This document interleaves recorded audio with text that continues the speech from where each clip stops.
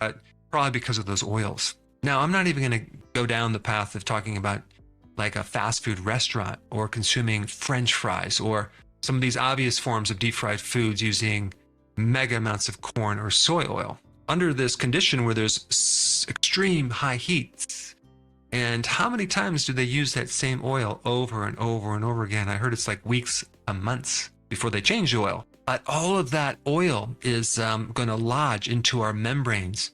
At least with sugar, you can go and exercise and burn it off. Now there's going to be deficiencies, so you'd want to take these vitamins back into the body, but I just recommend avoiding them. I mean, let's take a long distance runner, right?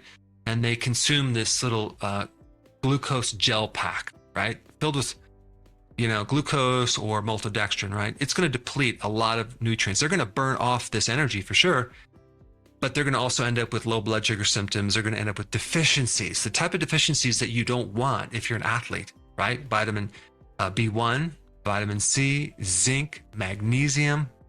You don't want those if you're running long distances. I mean, you need that B1 to handle the lactic acid byproduct of the glucose metabolism. So you might end up with a lot of sore muscles and a lot of other issues, like even lactic acidosis, which it's like affects your breathing. Now at the restaurants, if you ever want to know where to find the majority of these omega-6, just look at the kids menu, right? The deep fried foods. They have the French fries, of course, the deep fried hush puppies, the mac and cheese, all these highly processed foods with just a ton of omega-6 fatty acids. If we just look at these two omega-6 seed oils and sugars, omega-6 fatty acids are much, much worse than the sugars. Now, the other really important point to know is that the ratios of omega-6 to omega-3, they should be 1-to-1. Like I said before, an average person has at least 25 omega-6 to 1 omega-3. So this is so far out of whack.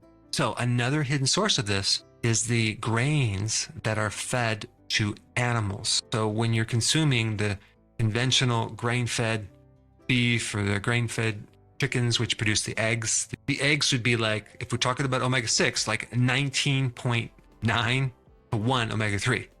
So heavy on the omega-6. But if we look at the free range, non-GMO, non-soy fed chickens that produce these eggs, we get like a much better ratio, like a 1.3 omega-6 to a 1 omega-3. And they're discovering all sorts of things that can also improve this ratio.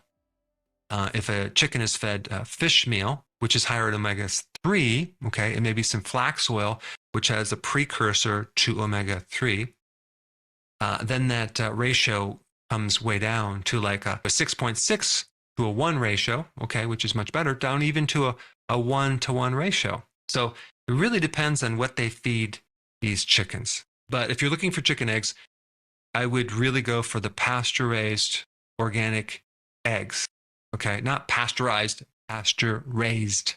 And then, of course, you get the beef, right? You have the grain-fed beef versus the grass-fed, grass-finished beef. I've done videos on this and also a study that is quite amazing, showing the difference between beef from a grass-fed or a grain-fed diet. And there is a huge difference. But typically, grain-fed beef is like 9-to-1.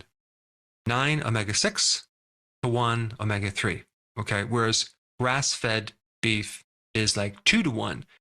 Now, when I submitted my beef from my farm into this study, mine was like closer to like a 1 point, I think it was a 1.1 to 1 ratio. So it was actually even better than most of the other farmers, simply because my cows don't ever get the option to consume any grain at all. Because a lot of times, even though if something is grass-fed, they can also be grain-finished. There should be more transparency with what you're really getting.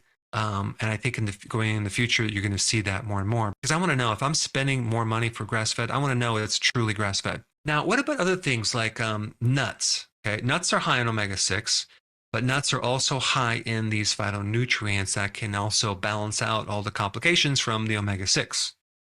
Versus those refined oils, there's no other anything in there that can counter all that oxidation. So even though nuts are high in omega-6, they're not nearly as bad. So again, we have to look at the whole picture to evaluate levels of how bad a food is versus something else.